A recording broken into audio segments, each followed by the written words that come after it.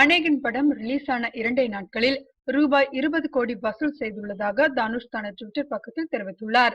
KV Anand இயக்கத்தில் தனுஷ், புதுமுகம் அமீரா தாஸ்புர் நடித்துள்ள அநேகன் படம் சமீபத்தில் உலகம் முழுவதும் ரிலீஸ் ஆனது.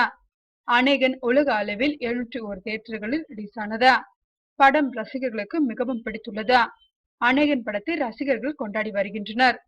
படம் ரிலீஸ் ஆன அன்று இரவே தனுஷ் தனது நண்பர்களுக்கு வெற்றி பார்ட்டி அளித்தார்.